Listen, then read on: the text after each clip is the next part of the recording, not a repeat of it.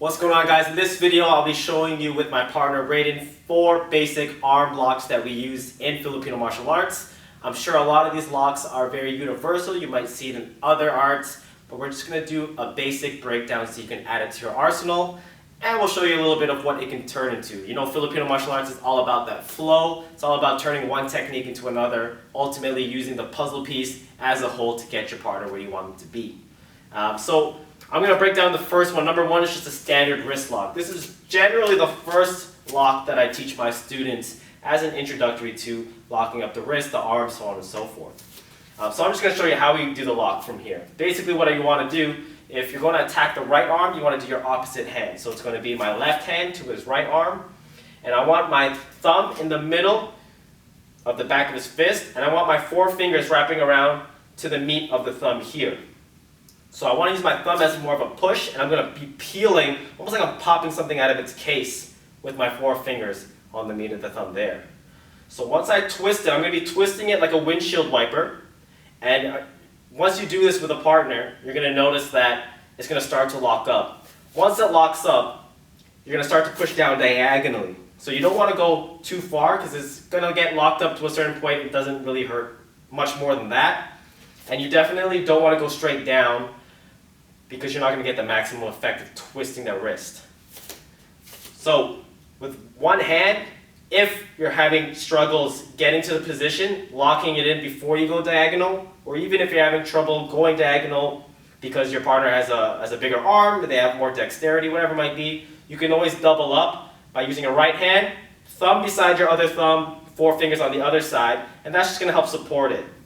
So you can step into it once it locks up diagonal down here, and you can see his arm go into this kind of submissive position. When I have that, I know that I have him in the lock there, and usually we stop from that.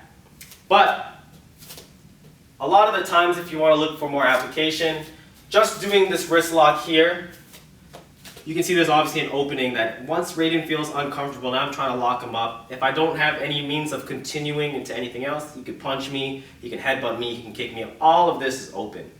So normally what I like to do is I like to use this, and I used to actually, if I get this well enough and I get this really, really sunken in, I can actually go and use it to take him down.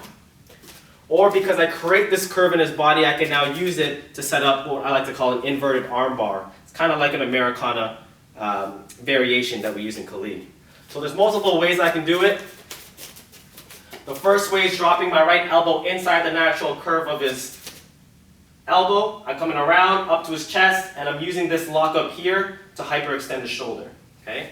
The other way I can do it is once I get to that wrist lock position, scoop in with my left hand, elbow to elbow again. Keep that nice and tight, making sure this is underneath my armpit, and then I can scoop up this way, and that's going to be the lock there. Okay? So those things can go into lock to take down and eventually lock on the ground. If you're looking at more of a weapon sense, if you're looking at more of a striking sense, you can always use this to set up different strikes, making his body move in awkward positions, make him try to recover, focus on that lock instead of focusing on hitting me. So for lock number two, we're going to do what's kind of like an inverted wrist lock. And so you can do it to the right hand. I prefer the left hand personally. So there's various ways we can get to that. If I block check counter here and he stops, I get this grip. The traditional way that I was taught, we go to the pinky side this time rather than the thumb. I take my left hand, I peel it, and I'm going to twist it towards his face. So I'm going to rotate it like a wheel. I'm going to take my left hand, I'm going to dig into his elbow on the inside, I'm going to pull it towards me, and I'm going to twist towards him. Okay, so this one hurts twice as much in my opinion, but I don't necessarily like doing it like this because now both my hands are occupied, and now I'm going to have to release the lock in order to kind of do anything else I want to do. So the way that I like to do it is off the block check here, I make sure I keep the connection, I come over with my elbow, and normally I would drop down really, really fast, and that causes a tremendous amount of pain running down his arm. But obviously with your partner, you don't want to hurt them. So once I maintain the connection, my elbow goes on top, and I go straight down. And just that is enough to make them hurt, but I really wanted to drop it down. And then from here, what I can do is I can go in between my arms once I've created a submissive position. I know I have them. My left hand fans from underneath, splits in between the two, And then from here, I can roll into an outside arm bar. Okay, so again, I'm going block check. I set that, grab the connection, smash it down, split in between the two, step in, using my right elbow behind his left shoulder, or sorry, his right shoulder, left shoulder. I'm going to roll, and then I can start flowing from here. Okay, it's a very, very common position that we work from. Alternatively, when I'm here, I can use this lock here to flow into a half arm bar, or potentially a full arm bar, depending on how I get this, and then I'm in the Khalif flow from there. Okay, so those are kind of pertaining to the wrist, eventually working our way up to the elbow. The next one is what we like to call a beat block, so right now I have to come on this side. The beat block is a little bit more position-wise, so if I have this hand here, I can block check as well. This time I'm going underneath. I'm creating a table underneath his triceps. I want to make sure that I maintain the level of his elbow and shoulder. When I'm here, I'm going to bend my arm into his natural crease, so I want it to bend naturally. But as I do that, I'm going to force this up and create a beak with his hand here. So I want it curving at the wrist. And what I'm going to do is I want to maintain this table, take both my hands, and I'm going to squish down. And that's going to be a lot of pressure shooting down this way. Okay, so once I have this here, that's a decent lock. I can transition into an outside arm bar once again. Notice the connection, and then I flow from there. Okay, do this side. So beat block being number 3, it actually goes right into number 4. Very, very simple. This is more of a transition, so this is going to be a beat block towards his back, kind of like a Kimura. So when I get into that position here, and I want to flow, and I don't necessarily feel comfortable going into the arm bar, I'm going to scoop this underneath, keeping it nice and tight, making sure it doesn't leave my elbow here. Okay? I'm going to underhook closer to the bicep, up near the shoulder, and I'm going to rotate my hand underneath. Okay? If I lose it, I want to make sure I have this underhook so his arm can't escape.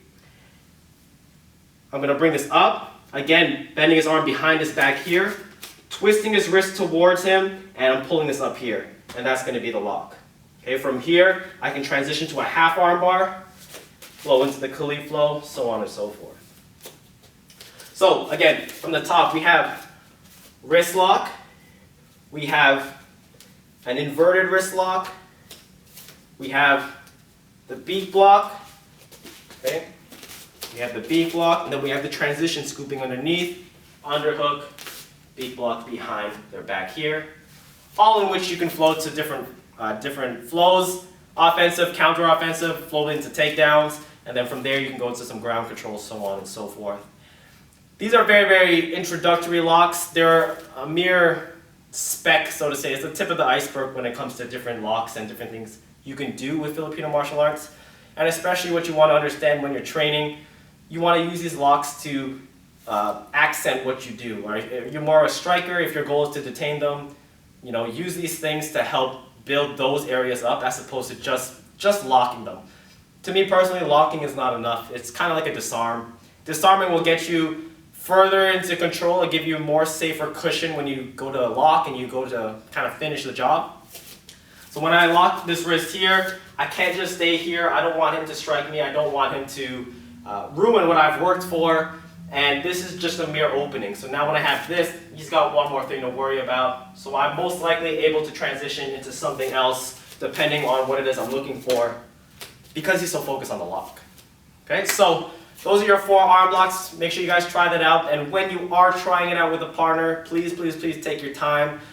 The universal tap, make sure your partner knows, make sure you're not pressing too hard where it's going to be too late. A lot of these positions are very, very sensitive. So take care of your partner. If you did enjoy this video, make sure you give this a thumbs up. Comment below which one out of the 4 is your favorite. And until next time, guys, catch you guys then.